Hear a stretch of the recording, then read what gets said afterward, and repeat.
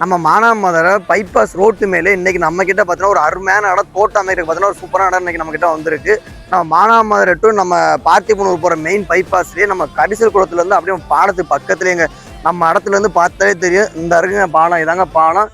நம்ம கவர்மெண்ட் ஸ்கூல்லேயே பார்த்தீங்கன்னா நம்ம இடம் அமைஞ்சிருக்கு. இந்த இடம் பார்த்தீங்கன்னா மொத்தமாக 3 ஏக்கர் 59 சென்ட்டுங்க. நம்ம இடத்துல பார்த்தீங்கன்னா ஒரு கிணறு, ஒரு ஃப்ரீ சர்வீஸ், அது போக பார்த்தீங்கன்னா போர் பார்த்தீங்கன்னா பராமரிப்பு இல்லாமல் இருக்குது. பழைய போர் போல் போட்டிருப்பாங்க. ஆனால் போரில் பார்த்தீங்கன்னா தண்ணியே கிடக்கு. நீங்கள் எடுத்து போட்டு ஒரு ஊதுனா போதும், சூப்பராக தண்ணியை வந்து நல்ல ஒரு இடம். லொக்கேஷனே பார்த்துங்க, மெயின் பைபாஸ். உங்களுக்கு பார்த்தாலே தெரியும் பஸ்ஸு போக்குவரத்தெல்லாம் பாருங்கள் எப்படி போய்கிட்டு இருக்குன்னு.